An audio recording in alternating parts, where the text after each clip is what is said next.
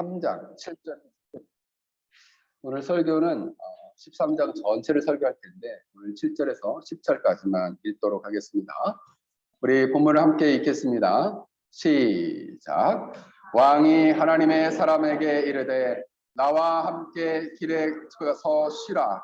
내가 네게 예물을 주리라.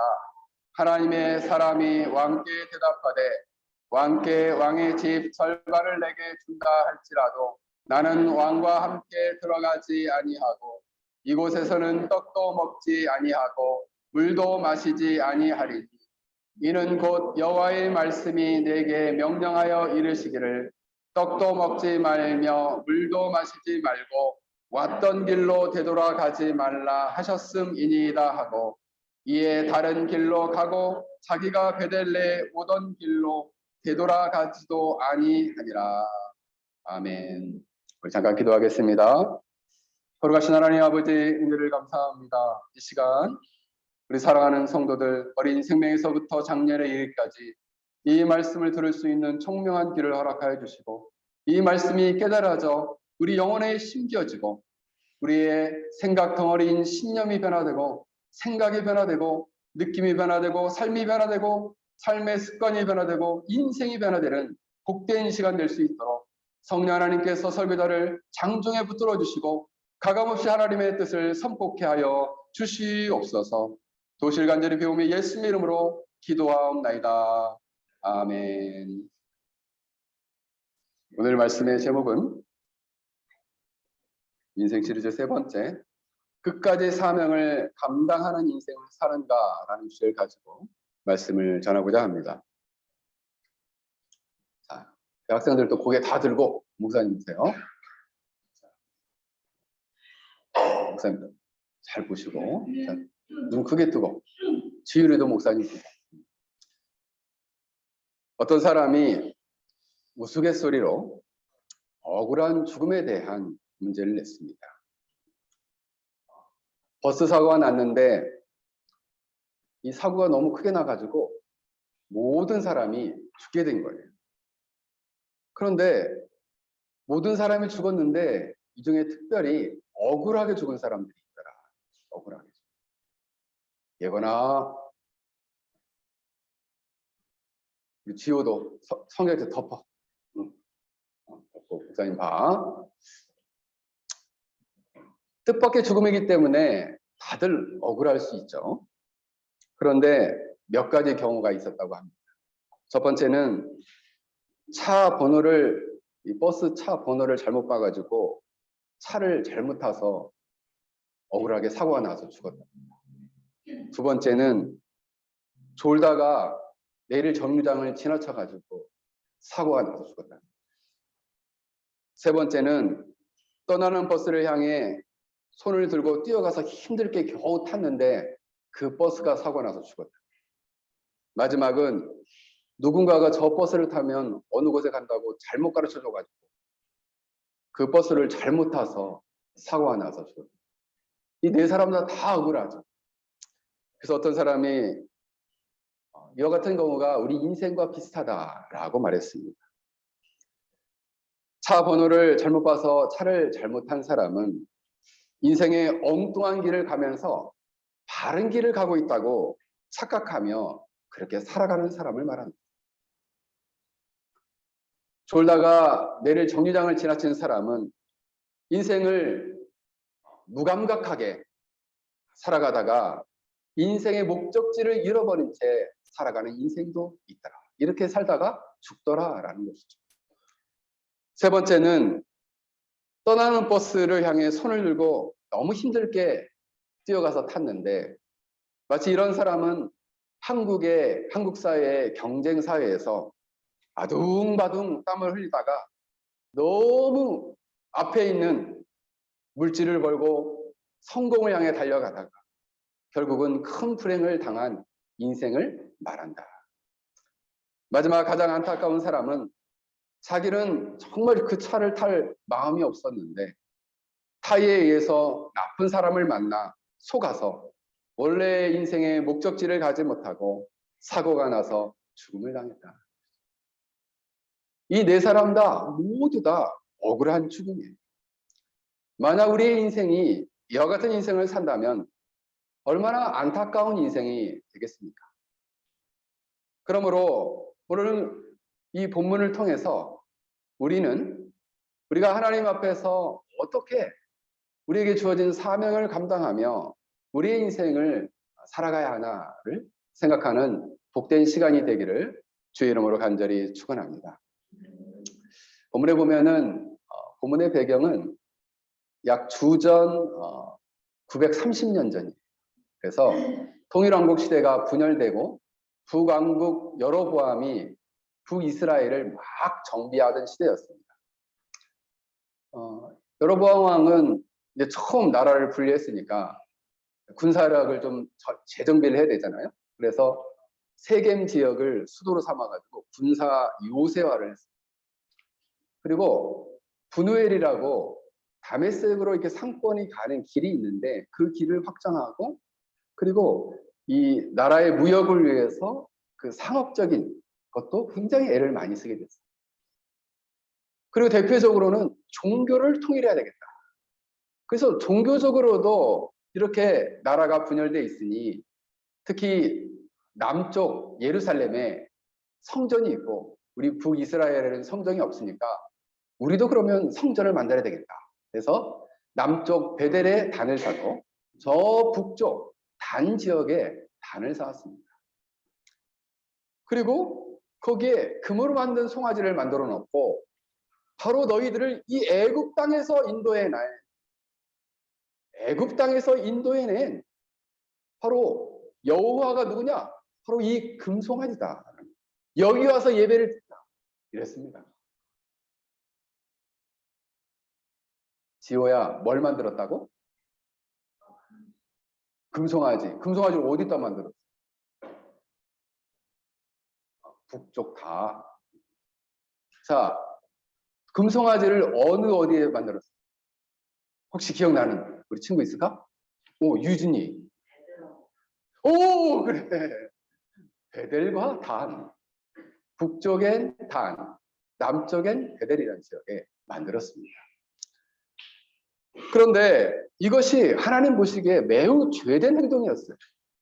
왜 죄된 행동이었냐면 사실 이 송아지 형상은 당시 풍요와 힘을 상징하는 바알신을 재현한 것이었어요. 그래서 십계명에서 나 외에는 다른 신을 섬기지 말라. 그리고 여호와의 형상을 어떤 형상으로도 만들지 말라. 1계명, 2계명을 어긴 거예요. 그 밖에도 두 가지의 범죄를 행했는데 그게 바로 뭐냐면 레위 사람만 제사장을 할 수 있는데 아무나 자원하는 사람을 다 제사장을 시켰어요. 뿐만 아니라 절기도 장막절이 7월 15일부터 21일까지였는데 한 달 늦춰서 우리는 8월 15일에 한다. 이렇게 마음대로 여호와의 절기를 정했습니다.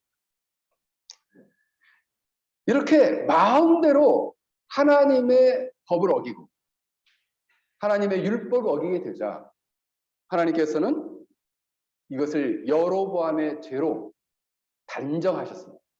근데 이 죄가 얼마나 영향이 컸는지 그 후로 약 200년 넘게 북왕국이 흘러가는데 19대 정도의 왕들이 흘러가는데 다 여로보암의 죄를 짓습니다. 유일하게 제일 마지막 죽게 되는 왕만 여호와 앞에 악행을 행했다 이렇게 표현하고 모든 자들이 여로보암의 죄를 범했으며 이렇게 나와요. 근데 그 죄가 200년 넘게 흘러간 거예요. 200년 넘게. 그래서 북이스라엘의 멸망을 가져온 자는 누구냐? 세운 자가 여로보암인데 그 여로보암의 죄 때문에 북왕국이 멸망하게 되었다라고 말하고 있는 것이죠. 사실 여로보암의 사명은 북이스라엘을 하나님의 말씀 위에 견고하게 서게 하는 것이었어요. 그래서 열왕기상 11장 38절에 보면 그가 현재적으로는 연약하지만 그 당시에 아히야 선지자를 보냅니다. 아히야 선지자를 보내서 여로보암에게 이렇게 예언을 해요. 내가 명령한 모든 일을 순종하고 내 길로 행하며 내 눈에 합당한 일을 하며 내 종 다윗이 행함같이 내 율례와 명령을 지키면 내가 너와 함께 있어 내가 다윗을 위하여 세운 것 같이 너를 위하여 견고한 집을 세우고 이스라엘을 내게 주리라. 뭐예요? 여호와의 율례와 명령을 지키면 내 길로 행하면 모든 일에 순종하면 내 눈에 합당하게 행하면 어떻게 해요? 견고하게 해주시겠다. 다윗의 집과 같이 견고한 집을 주시겠다 약속하셨어요. 그랬는데 이 여로보암은 자신의 사명을 저버린 사람이었습니다. 사명을 배반한 사람이었습니다. 그래서 자신이 범죄할 뿐만 아니라 자신의 이 여로보암의 죄가 여로보암의 죄가 왜 무서운가? 자신의 죄가 이스라엘 전체에 번져가게 했다. 열왕기상 14장 16절에 보면 이렇게 말씀하고 있습니다. 여호와께서 여로보암의 죄로 말미암아 이스라엘을 버리시리니 이는 그도 범죄하고 이스라엘로 범죄하게 하였음이니라 하니라. 자기가 스스로 범죄할 뿐만 아니라 이스라엘 전체도 함께 죄를 짓도록 했다는 거예요. 이게 죄의 강력한 파급력이죠. 지도자가 죄를 범하니까 이스라엘 전체도 북이스라엘 전체도 단에 가서 베델에 가서 이 우상 숭배를 하게 했다. 그러면 이렇게 사실 이렇게 선지자의 경고를 이 여로보암은 듣고 회개하고 돌이켜야 했는데 자신뿐만 아니라 이스라엘 전체가 불순종하고 우상 숭배의 죄로 빠지게 되었을 때 그의 결말은 어떻게 되었을까요? 오늘 왕상 13장 34절에 보면 이 일이 여로보암의 집에 죄가 되어 그 집이 땅 위에서 끊어져 멸망하였느니라 이렇게 나옵니다. 그 죄로 말미암아 저주를 받고 땅에서 끊어져 멸망하게 되었다. 역대상 13장 20절에는 이렇게 표현하고 있어요. 끝내 돌이키지 아니한 여로보암, 사명을 저버린 여로보암을 향해서 이렇게 말합니다. 여호와의 치심을 입어 죽었다. 여호와께서 직접 치셨다. 누구를 쳤다는 거예요? 원준아. 누구를 쳤어?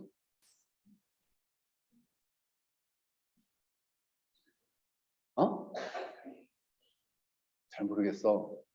잘 집중을 해. 응? 현진아, 누구를 쳤어? 그 어떤 왕을 쳤어? 자, 제이슨. 오, 그렇지. 여로보암을 쳤어요. 여로보암. 쳐서 죽었어. 저는 이 본문을 통해서 보게 되면 여로보암이 하나님께 아무리 존귀한 사명을 받았다 할지라도 그 사명을 저버리고 자신의 본분을 잃어버렸다는 거예요. 오히려 그 사명과는 정반대되는 인생을 살았다는 것이죠. 그렇게 되었을 때에 비참한 인생을 맞이하고 종말을 맞이하게 되었다. 그는 이 땅에서 비참한 죽음을 당했을 뿐만 아니라 영원한 심판에 놓이게 되었던 것이죠. 우상 숭배하는 자는 하나님 나라에 들어가지 못하거든요. 이것이 오늘 본문의 배경을 보여주고 있습니다. 사명을 감당하지 못하는 왕 여로보암을 보여주고 있는 것이죠. 원준아, 누구라고? 여로보암. 여러가 아니고 여로보암. 여로보암. 그런데 오늘 본문에는 이 여로보암을 안타깝게 보고 하나님께서 한 사람을 보냅니다. 그 사람의 이름은 없어요. 하나님의 사람이라고만 나와요. 본문에 보면 이시 엘로힘, 하나님의 사람이란 뜻이에요. 이 사람은 하나님의 사람은 보통 선지자를 가리켰는데 본문에 보면 이 사람은 외모가 어떻게 생겼는지, 출신 지파가 어디인지, 족보가 뭔지, 심지어는 이름이 뭔지도 안 나와요. 무명의 사람이에요. 무명. 이름도 없어요. 그는 여호와의 말씀 때문에 베델에 이르렀어요. 베델에 딱 이르렀는데 마침 이 제단 위에서, 제단 앞에서 여로보암이 제사를 드리고 있었어요. 이때 하나님의 사람이 메시지를 전합니다. 제단아, 내가 다윗의 집에 요시아 왕이라는 사람을 세울 텐데 그가 이 제단 위에서 사람의 뼈를, 산당의 제사장을 제물로 바치고 사람의 뼈를 그 위에 사를 것이다. 이렇게 예언을 합니다. 이게 바로 이 하나님의 사람이 받은 여호와의 명령이었습니다. 사실 사람의 뼈를 제단에 사른다는 것은 그 제단을 저주한다는 의미가 있었습니다. 그리고 이 예언이 가짜인지 진짜인지 확실하게 보여주기 위해서 이 예언이 끝나면 이 제단이 갈라지고 제단 위에 있는 재가 쏟아질 것이다 말했습니다. 이 말을 듣고 여로보암이 화가 났어요. 저놈을 잡아라! 이렇게. 저놈을 잡아라! 손을 뻗었는데 손이 말랐다. 손이 그 즉시 하나님의 저주를 받아서 말랐어요. 물론 목사님처럼 이렇게 뼈가 이렇게 이 정도 마른 게 아니라 아예 그냥 바짝 병이 든 것처럼 말랐어요. 그 손을 다시 접을 수 없게 만들었어요. 손을 다시 거둘 수 없게. 왜 하나님은 갑자기 그 사람의 손을 굳게 만들었는가? 여로보암이 이 하나님의 사람을 해치지 못하도록 하기 위함이었어요. 첫 번째는. 두 번째는 이 이적을 통해서 지금 말하고 있는 사람이 진짜 하나님의 사람인 것을 보여주기 위함이었고, 세 번째는 하나님이 이처럼 사명을 외면하고 자신의 본분을 외면하는 자에 대한 무서운 징계와 심판을 내리신 분이라는 사실을 가르쳐주기 위함이었다. 하나님께서는 하나님의 사람을 여로보암에게 보낸 이유가 있었어요. 그것은 바로 뭐냐면 그가 이 사명을 망각한 것을 다시금 깨닫고 죄를 회개하고 하나님께로 돌이키기 위함이었어요. 그런데 여로보암과 북이스라엘 백성들은 이 기회를 놓치고 말았습니다. 왜요? 완악했기 때문에. 바로 그때에 손이 말랐을 그때에 제단이 갈라지고 그리고 그 제대가 쏟아지기 시작했어요. 그때서 비로소 말투가 바뀝니다. 이 왕이 이렇게 태도를 바꿔서 이렇게 말합니다. 여호와께 은혜를 구하여 내 손이 다시 성하게 좀 해주십시오. 당신이 좀 기도 좀 해주십시오. 이렇게 얘기합니다. 그러자 참 이 하나님의 사람이 착하게도 돼요. 자기를 막 잡아 죽이려던 사람을 위해서 기도합니다. 그랬더니 손이 그 즉시 회복이 됐어요.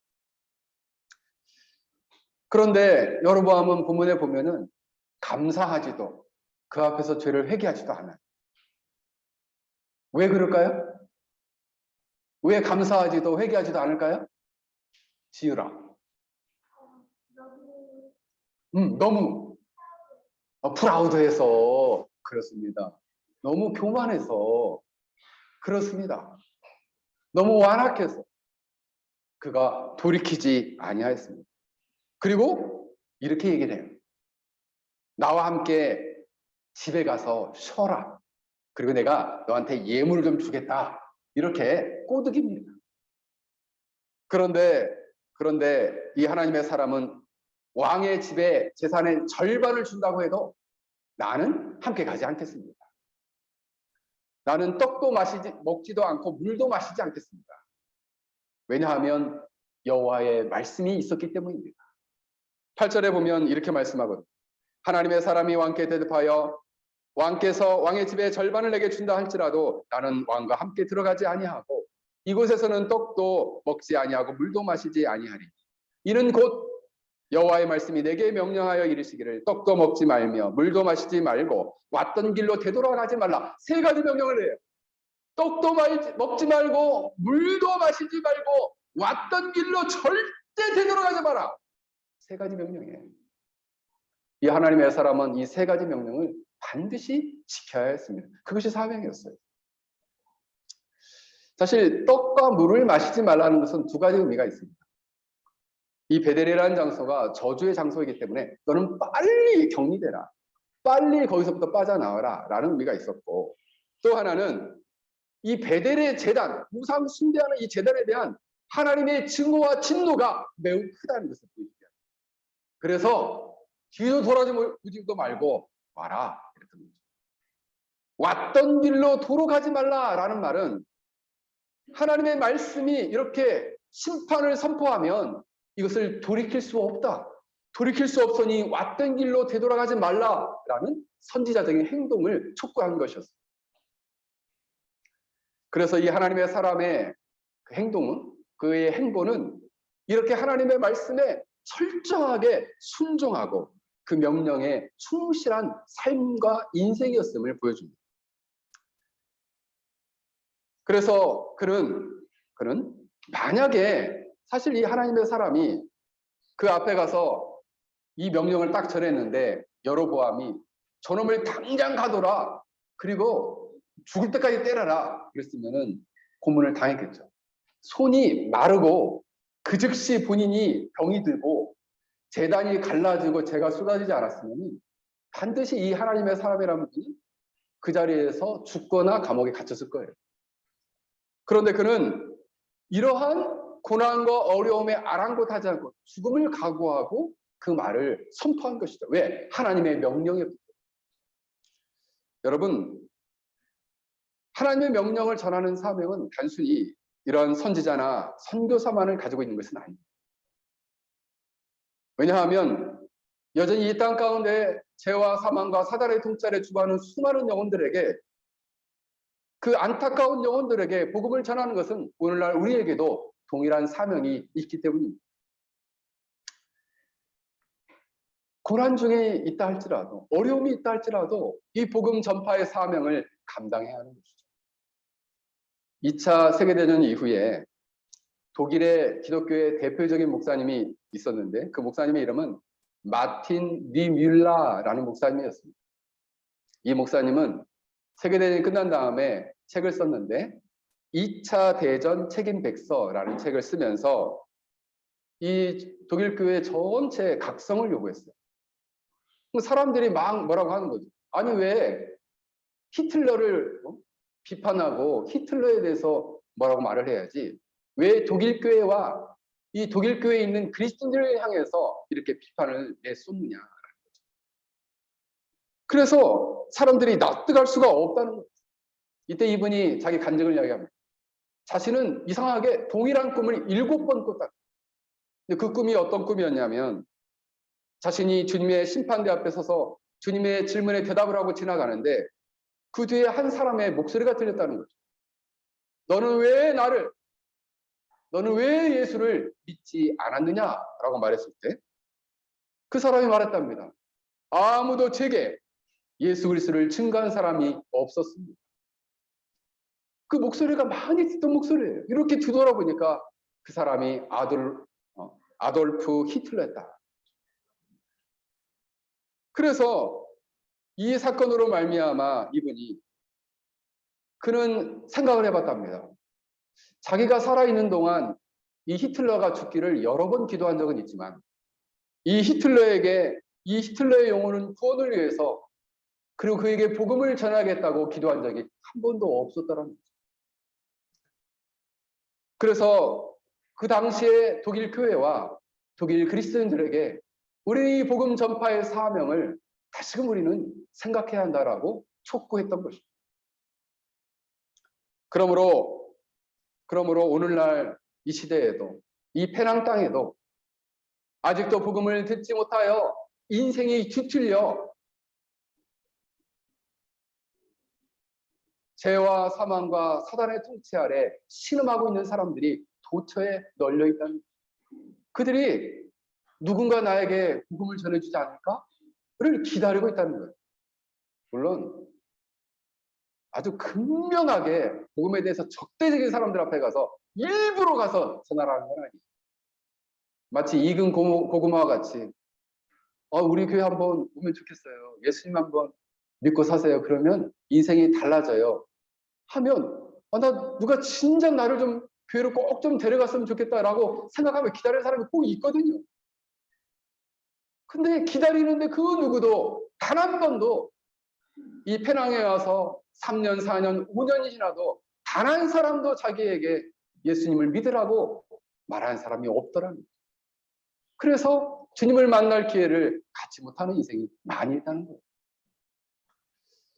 오늘 본문에 나온 하나님의 사람처럼 우리는 하나님의 나라의 사명을 감당해야 하는데, 그것은 바로 우리 주위에 아직도 복음을 듣지 못하여 뒤틀어진 인생, 억울한 인생, 그래서 갈 길과 갈 목적지를 알지 못한 채 무심코 살아가는 어리석은 많은 인생들에게 하나님의 나라의 복음을 전하는 사명이 바로 저와 여러분들에게 있다라는 사실.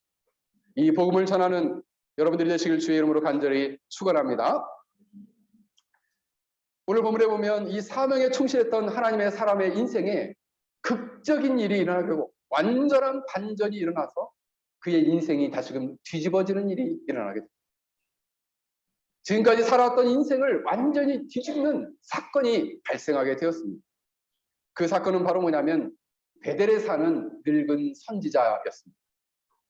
그 사람은 하나님의 사람이 바로 이 여로보암 앞에 가서 행한 일들을 소식을 들었어요. 왜? 같은 베델에 살았기 때문에. 그리고 자기 아들들에게 물었어요. 마치 아들들이 이 하나님의 사람이 어느 길로 간 것을 알고 있었어요. 그 사람이 어디로 가더냐? 저쪽 길로 갔습니다. 그래서 그 사람을 쫓아갔어요. 쫓아가가지고 나와 함께 집에 가서 떡을 먹읍시다 이렇게 얘기를 한 거예요. 그러니까 이제 그렇게 떡을 먹자 하고, 근데 학자들은 말을 해요. 왜 이 늙은 선지자는 이 하나님의 사람을 쫓아가지고 떡을 먹자고 그랬을까? 교제하기 위한 것이냐? 아니면 이 하나님의 사람이 진짜 선지자인지 아닌지를 분간하려고 했던 거냐? 굳이 왜 쫓아가서? 그죠? 그런데 하나님의 사람은 동일하게 여로보암에게 했던 말 그대로 합니다. 대답하되 나는 그대와 함께 돌아가지도 못하겠고 그대와 함께 들어가지도 못하겠고 내가 이곳에서 그대와 함께 떡도 먹지 아니하고 물도 마시지 아니하리니, 이런 여호와의 말씀이 내게 이르시기를 내가 가서 떡도 먹지 말고 물도 마시지 말고 또 내가 오던 길로 되돌아가지도 말라 하셨음이로라 말씀입니다. 그러니까 이 하나님의 사람이 얼마나 하나님 말씀에 철저하게 순종하려고 했던 것을 다시금 확인하게 돼요. 그러자 이 늙은 선지자가 또 다른 방법을 씁니다. 일명 꼼수를 쓰게 되는데, 어떤 꼼수냐? 거짓말을 하게 돼요. 거짓말. 뭐라고 얘기하냐면 나도 선지자다. 너만 선지자냐? 나도 선지자다. 천사가 내게 말을 했는데 너를 내 집으로 데려가서 떡을 먹이고 물을 먹으라고 했다. 이렇게 말을 하는 거예요. 천사가 나에게 말했다. 나도 선지자다. 그런데 놀랍게 하나님 말씀만 온전하게 충실하게 순종하던 이 하나님의 사람이 이 늙은 선지자의 말에 속금합니다. 홀딱 넘어가요. 그래서 오던 길로 되돌아가지 말라고 그랬는데 돌아가서 라고 말해요. 오던 길을 돌아갔어요. 그리고 하나님의 명령을 어기게 된 거죠. 여기서 깨닫게 되는 두 가지 교훈이 있습니다. 뭐냐 하면 첫 번째는 우리가 하나님의 사명을 감당하는 데는 방해꾼이 있다는 거예요. 방해꾼이 있어요. 이 방해꾼은 매우 교묘하고 속임에 능하다는 거예요. 바로 이 늙은 선지자는 이 하나님의 사람을 여호와의 말씀이 내게도 임했다라고 매우 무시무시한 거짓말을 합니다. 사실 이런 거짓말은 절대 하면 안 되거든요. 마치 성령 해방자와 같이 무서운 죄. 그런데 그 거짓말을 해서 하나님이 말씀하지도 않았는데 내게 말씀하셨다. 거짓말을 해서 그의 사명을 방해했습니다. 또 하나는 사명에 아무리 충실하고 하나님의 명령에 충실하게 순종했던 사람도 잠시 분별력을 잃고 속임에 빠질 수 있다는 거예요. 이런 가능성이 있다는 거죠. 아유 목사님, 저는 절대 그럴 리가 없습니다. 나는 절대 배신하지 않을 거예요. 예수님 앞에 베드로가 그랬죠. 베드로 한 번에 넘어졌잖아요. 누구도 자신할 수 없죠. 근데 저는 한번 또 생각해 봐요. 아니 왜 이 하나님의 사람은 이 늙은 선지자의 말을 왜 이렇게 쉽게 믿었을까? 왜 그는 그 자신이 잠깐만 기다려보세요. 내가 좀 하나님께 기도해보고 하나님이 진짜 그렇게 말씀하셨는지 한번 확인 한번 해보겠습니다. 왜 이렇게 기도하지 않았을까? 왜 이렇게 행하지 않았을까? 그냥 이 늙은 선지자의 말을 하나님의 말씀으로 왜 그냥 꿀꺽하고 믿었을까? 그런데 생각해보면 시험에 빠진 사람, 시험에 빠져가는 사람은 공통점이 있죠. 그 시험의 때에 잘 분별하지 못한다는 공통점이 있어요. 이게 진짜 시험인지 아닌지를 잘 분별을 못해요. 왜요? 시험에 빠졌기 때문에. 그리고 정작 중요한 때에 시험에 빠지면 기도를 해야 되거든요. 근데 그럴 때일수록 더 기도를 안 해요. 기도하지 않아요. 여러분들이 시험에 빠져봐서 잘 알잖아요. 그렇지 않나요? 오히려 그때의 영적인 침체가 오거나 어려움이 오면 더 기도하지 않고 더 분별을 못하는 거예요. 그때는 어떤 일을 결정하면 안 되거든요. 그러므로 우리가 여기서 갖게 되는 교훈은 우리가 하나님의 말씀 위에 더 견고하게 깊게 뿌리 내리고 서야 한다는 거죠. 더 흔들리지 않는 견고한 믿음을 가져야 한다는 거예요. 우리가 역사 속에 보면 뛰어난 개혁주 신학자들이 있습니다. 어거스틴이나 칼빈, 조나단 에드워즈, 헤르만 바빙크 같은 사람들은 저 역사 속에서 별과 같이 뛰어난 학자들이에요. 그들의 주장들은 대부분 옳습니다. 대부분 정도가 아니라 거의 옳아요. 그들의 주장은 하나님의 주권과 은혜의 신학이고 성경 중심적 신학이고 교회적 신학이고 하나님 나라 중심적 신학입니다. 저는 그래서 이런 개혁주의 신학자들을 좋아합니다. 그런데 그들이 하나님의 말씀에 철저하게 서 있기 때문에 좋아하는 거예요. 하나님 말씀에 조금이라도 벗어나면 신뢰하면 안 되죠. 그런데 우리가 아무리 좋아하는 어떤 신학자, 철학자나 목회자나 선교사가 하나님 말씀에 기초하지 않는 자신의 논리적인 사고나 추론, 현실 인식, 경험을 토대로 어떠한 원리와 사상을 만들어 전한다면 우리는 단호히 거절해야 합니다. 왜요? 하나님 말씀에 기초하지 않은 것이기 때문에 단호히 거부해야 합니다. 그런데 그러한 잘못된 사상의 참된 하나님의 말씀인 것처럼 받아들이게 되면 어떻게 됩니까? 이단에 빠지게 됩니다. 한국 사회는 지금 오늘날 이단의 홍수 속에 있습니다. 수많은 사람이 신천지에 빠졌어요. 수많은 사람이 하나님의 교회에 빠졌고 수많은 사람이 여호와 증인 교회에 빠졌어요. 어마어마한 JMS에도 현재도 4만 명이 빠져 있습니다. 그러므로 이 모든 하나님의 말씀에 기초하지 않는 것은 무엇이냐? 인간의 추측이요. 인간의 그냥 몽상일 뿐이다. 최근에 보면 우리 친구들 유튜브 많이 보죠. 유튜브에 보면은 기독교에서 가장 궁금해하는 게 많이 나와요. 그게 뭐냐면 천국과 지옥. 그래서 나 천국에 갔다 왔어요. 천국은 이러이러하고 지옥은 이러이러합니다라고 말하는 간증이 어마어마하게 올라 있어요. 특별히 최근에 내가 본 간증 중에는 전능신교, 일명 중국에서는 동방번개라고 하는데 그 동방번개 2단 사람이 자기가 천국과 지옥에 갔다 온 간증을 썼는데 거기에서 자기가 이 미얀마에서 경험했던 내용들을 이야기하고 있어요. 근데 내가 듣지는 않고 그냥 내가 귀 버릴 것 같아서 다 안 들었어요. 내가 그냥 제목만 봤어요. 그래서 전능하신 하나님의 교회라고 써있기에 제가 전능신교군 생각했죠. 근데 그들이 뭘 말해요? 천국과 지옥을. 성경에서 말하고 있지 않은 천국과 지옥을 말하는 것은 다 추측이고 다 몽상이고 다 어려운 말로 사변, 인간의 논리적 사고에 지나치지 않고 철학에 지나치지 않는다는 것. 다 몽상이에요. 다 거짓된 꿈이에요. 그런 것에 이렇게 신기한 게 다 있어요 라고 빠져들면 어떻게 되느냐?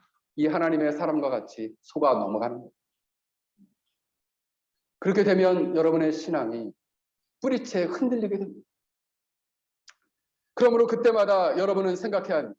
믿음에 흔들리지 않으려면 그러면 목사님, 예수님이 우리에게 직접 명령하신 것은 무엇입니까? 최후의 명령은 무엇입니까? 마태복음 28장 18절에 그래서 20절에 이렇게 말씀합니다. 예수께서 나와 말씀하여 이르시되 하늘과 땅의 모든 권세를 내게 주셨으니 그러므로 너희는 가서 모든 민족을 제자로 삼아 아버지와 아들과 성령의 이름으로 세례를 베풀고 내가 너에게 분부한 모든 것을 가르쳐 지키게 하라. 볼지어다 내가 세상 끝날까지 너희와 항상 함께 있으리라 하시니라. 이 명령을 여러분이 견고하게 써야 돼요. 이 명령을 굳게 붙들어야 돼요. 또 다른 잘못된 진리, 잘못된 많은 사람들의 헛된 말들에 여러분이 휘둘려서는 안 된다. 그래서 성경 공부는 함부로 교회 밖에서 절대 해서는 안 됩니다. 제가 누차 여러분에게 말씀을 드리는데, 여러분들이 정말 필요한 주제가 있으면 제가 알고 있는 한국교회 탁월한 교수님만 30분이 넘습니다. 제가 초청해 올게요. 네. 여러분이 정말 필요로 원하는 주제가 있습니다. 절대 밖에서 성경 공부하지 마시고 스스로 막 성경 공부하지 마세요. 잘못된 길로 빠지기 매우 쉽습니다. 사랑하는 성도 여러분, 오늘날 많은 사람들이 스스로 선지자를 자청합니다. 잘못되고 거짓된 진리를 선포하고 있습니다. 우리는 이것을 명백하게 경계해야 합니다. 오히려 우리는 더욱더 하나님 말씀에 집중하고 배우는 일에 힘써야 합니다. 그렇지 않으면 이런 잘못된 거짓된 진리에 우리는 넘어질 수 있다라는 사실입니다. 사랑하는 성도 여러분, 여러분들은 이와 같은 인생이 되기를 주의 이름으로 간절히 축원합니다. 이제 말씀을 맺고자 합니다. 그렇다면 이렇게 하나님의 사명을 끝까지 감당하지 못한 이 하나님의 사람은 어떻게 되었을까요? 그 하나님의 사람이 되돌아가서 이 베델 선지자 집에 가서 상 앞에 앉았어요. 그 상 앞에 앉자마자 여호와의 말씀이 놀랍게도 이 하나님의 사람에게 임한 게 아니라 베델 선지자에게 임했어요. 근데 놀라운 것은 바로 뭐냐면 하나님의 사람이 하나님 명령을 어기기 때문에 하나님의 사람에게 더 이상 여호와의 명령이 임하지 않고 베델 선지자에게 임했는데 이렇게 말씀합니다. 21절과 22절에 이렇게 말씀하고 있습니다. 여호와의 말씀에 내가 여호와의 말씀을 어기고 내 하나님 여호와께서 내게 내리신 명령을 지키지 아니하고 돌아와서 여호와께서 너더러 떡도 먹지 말고 물도 마시지 말라 하신 곳에서 떡을 먹고 물을 마셨으니 내 시체가 내 조상들의 묘실에 들어가지 못하리라 하셨느니라 하니라. 세 가지 다 어겼다는 것. 너는 되돌아갔고 떡도 먹었고 물도 마셨다. 이 세 가지를 다 어겼다. 너는 내 조상의 묘실에 묻히지 못한다. 그래서 이 하나님의 사람은 다시 나귀를 타고 돌아가다가 사자에게 물려 죽습니다. 하나님의 사자를 예비하셔서 그 길에서 그 즉시 물어버려요. 그리고 이상한 장면이 있었는데 사자와 나귀가 어딜 가지 않고 이 사자가 그러면 나귀도 물어야 되잖아요. 나귀는 안 물어요. 그리고 나귀가 당나귀. 응? 나귀를 물고 나귀를 물지 않고 둘이 보초를 쓰듯이 그 선지자 양 옆에 서 있었어요. 그때 많은 사람들이 그걸 보고 너무 신기해서 이 소식이 늙은 선지자까지 들어갔어요. 그래서 그 늙은 선지자가 시신을 수습해서 자기가 죽어야 할 원래 준비하는 자기 집 묘실에 그 선지자를 모십니다. 근데 우리가 이제 여기서 물론 이제 이 선지자는 막 그 앞에 가서 막 울고불고 하는데 사실 공감이 많이 안 돼요. 왜냐하면 자기가 속였잖아. 자기가 속여서 죽였잖아. 그리고 그 앞에 가서 울어. 이건 뭔 경우예요? 그런데 놀랍게도 이 일이 약 300년이 지나서 요시야 왕이 실제로 태어납니다. 요시야 왕은 주전 640년에서 609년간 9년 동안 재위하게 되는데 이 기간 내에 가장 먼저 한 것이 바로 이 하나님의 사람이 선포했던 종교 개혁을 일으켜요. 그래서 이 요시야 왕이 베델로 갔습니다. 베델로 가서 산에 있는 모든 해골을 가져다가 제단 앞에 불살라버렸어요. 그리고 베델의 제단과 산당을 다 헐어버리고 불사르고 아살의 목상도 다 불태워버렸어요. 그때 어떤 사람이 이 말을 했어요. 하나님의 사람이 전하였던 그 여호와의 말씀대로 되니라라고 열왕기하 23장 16절 하반절에 말씀하고 있어요. 즉 300년이 지나고 하나님의 사람이 외쳤던 말씀대로 되었다. 그때 요시야 왕이 베델에 가보니까 한 비석이 있는 거예요. 이 비석은 뭐냐? 그랬더니 성읍 사람들이 말했습니다. 왕께서 베델의 제단에 행할 이 행하실 일들을 전하러 온 유다에서 온 하나님의 사람의 묘실입니다. 그러면 이 뼈는 그대로 놔둬라. 이렇게 말합니다. 뼈를 보존해 줘. 저는 이제 여기서 마지막 결론적으로 이 무명의 사람의 인생을 생각해 봅니다. 이 사람의 인생은 어떤 인생이었을까? 그 인생은 안타깝게도 늙은 선지자에게 속아서 끝까지 하나님의 명하신 사명을 감당 못하고 죽었지만 이 억울한 죽음에도 그런 두 가지의 의미가 있는 인생이었다라는 것입니다. 첫째는 뭐냐 하면 하나님의 명령을 어긴 자에게 자신의 죽음을 통해 하나님의 심판을 보여줌으로써 다른 신민을 섬기지 말고 형상을 만들지 말라라고 외쳤던 그 계명을 어긴 여로보암이 그 여로보암, 명확한 하나님의 계명을 어긴 여로보암에 대한 명백한 심판을 몸소 보여줬다라는 데 있어서 그 인생이 의미가 있다라는 것입니다.